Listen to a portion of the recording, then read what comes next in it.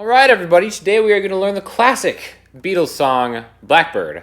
And I kind of have a different way of teaching this, so it's a good lesson kind of song structure, but before you Beatles purists get your Ringos in a bunch, I want to just be outright in saying that this is 92% accurate, and I'm sacrificing 8% accuracy to make it 43% easier, right? So in this lesson, we're just going to cover the main part, or what I consider the main part, and it's going to sound like this.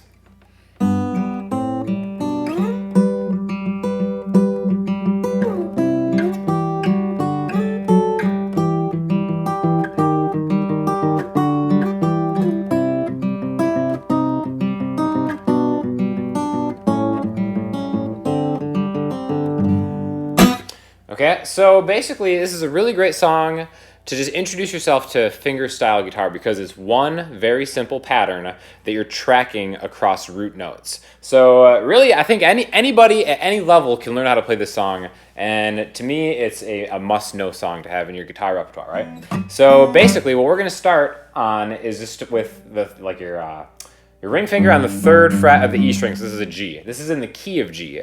So what's really critical in this song is the open G string, which we're going to get to, right? So we start with just the 3rd fret of the E, which is a G, and we're going to pluck both this low E string and the B string together at the same time, right? So I'm using my thumb for the root note of the chord and my middle finger for the B string. Now, you can totally use your pointer finger for the B string and just kind of use like a 2-finger thing, but I would really highly recommend using your thumb and 2 fingers for this. It's going to help you out in the long run, right?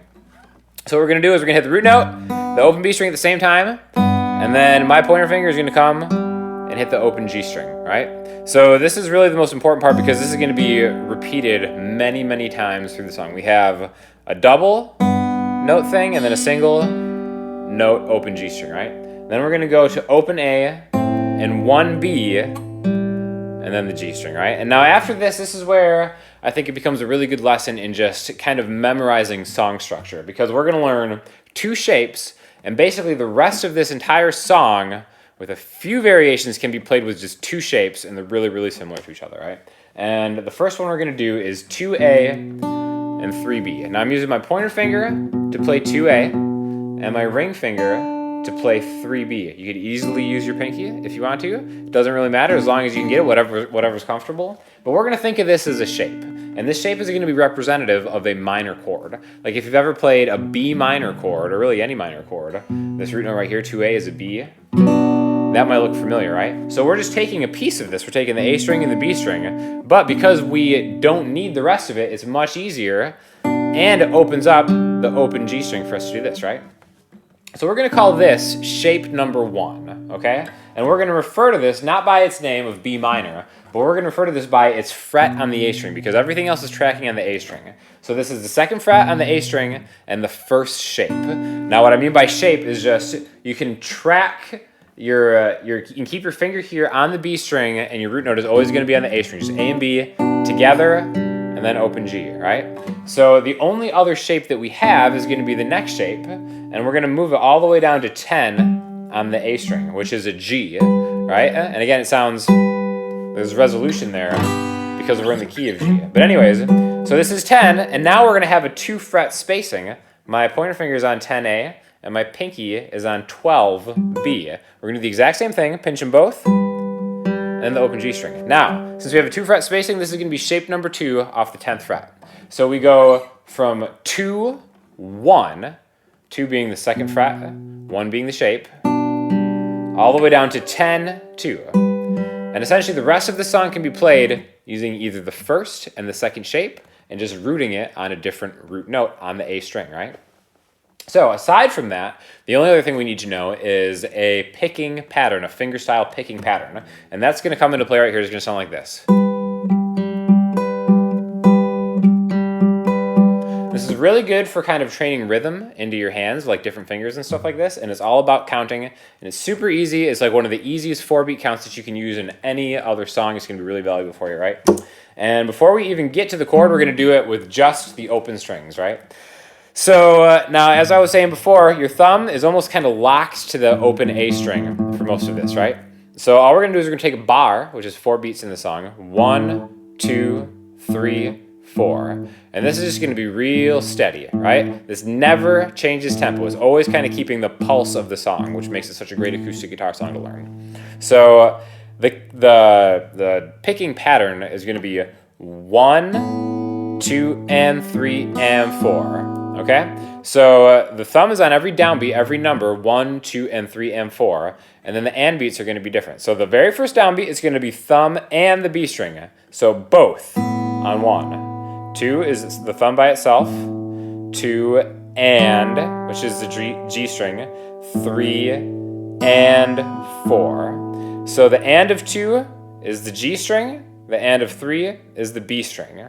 So the downbeat, the 1 gets A and B. 1, 2, and 3, and 4. 1, 2, and 3, and 4. 1, 2, and 3, and 4. Again, like I said before, you can use just 2 fingers and do it like 1, 2, and 3, and 4. But I suggest using 3 because I think it'll be easier for you in the long run, and you just kind of want to start incorporating more fingers anyways, right? So this is just the one picking pattern. And when I chart this out, I'm going to designate a picked chord with a star. So right now we have the whole thing from the beginning is 3E in open B, G, open A in 1B, G, fret 2 shape 1, and then all the way down to fret 10 shape 2 pattern. So we have this shape, right? 10 and the 2 fret spacing, so 10A and 12B. 1, 2, and 3, and 4, and again. So we have 2 bars of what I'm gonna call 10, 2, 10th fret, second shape, right? So again, all it is 1, 2, and 3, and 4. 1, 2, and 3, and 4. So it's essentially kind of the intro.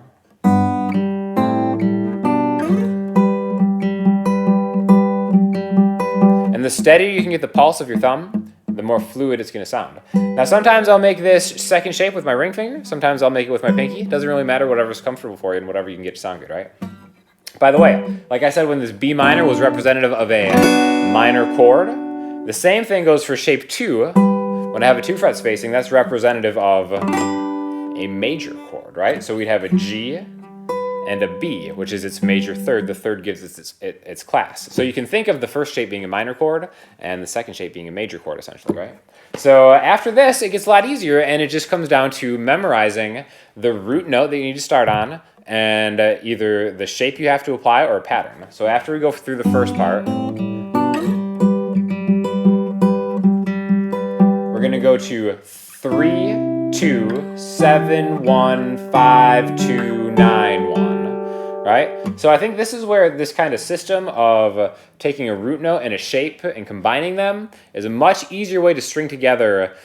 In my memory, this was the best way for me to learn it, and this is the way I teach it, and I think it resonates with a lot of people. Instead of thinking like I've got to get to 3A and 5B, and then 7A and 8B, and then 5A and 7B, and then 9A and 10B. It's way easier to think of 3, 2, 7, 1, 5, 2, 9, 1. 7, 1 pattern, okay? So again, it still might seem like a burden to kind of memorize these things, but there's just something about this chord progression that your ears will really lead the way, and you're gonna memorize it a lot sooner than maybe you think you even can, right?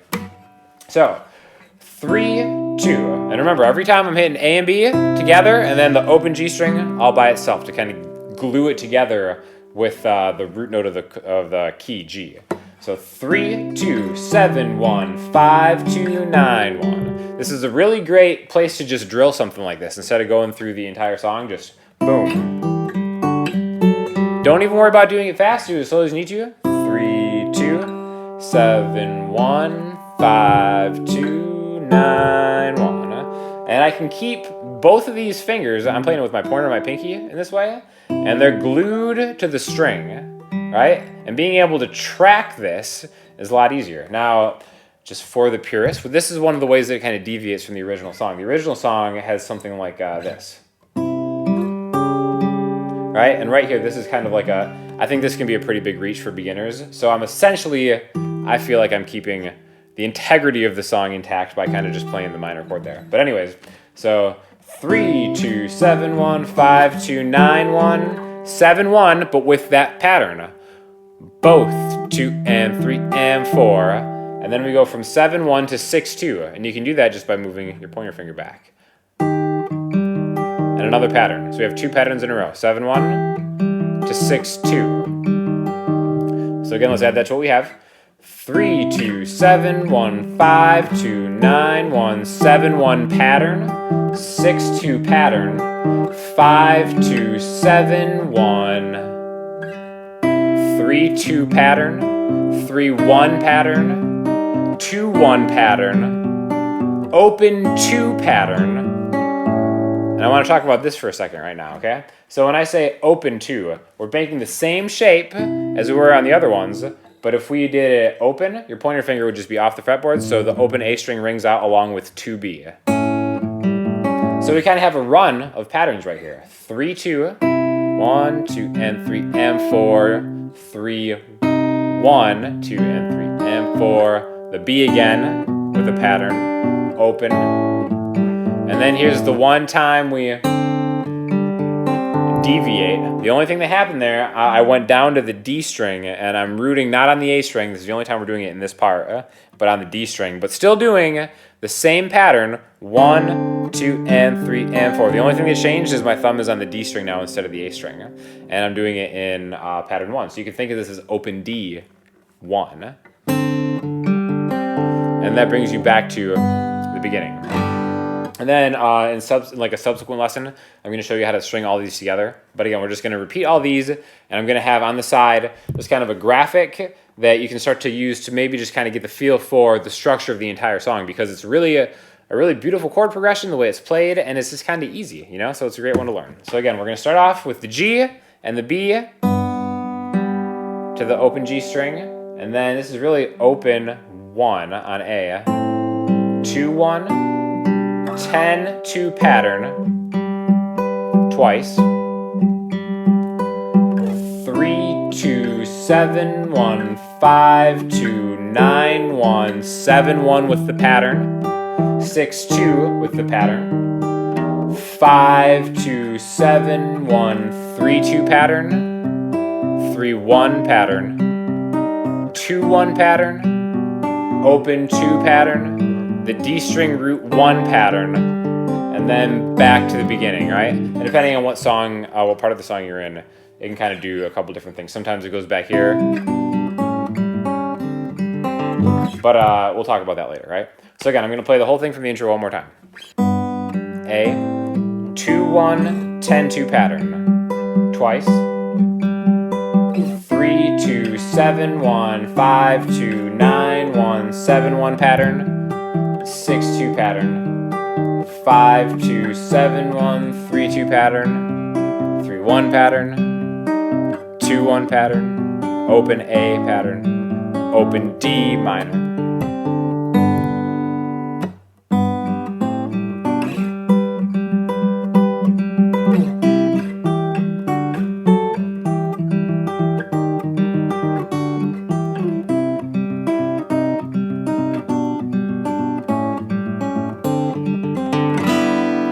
So there it is. That's going to be the main part. I'm going to do the next part again. And the cool thing about the next part,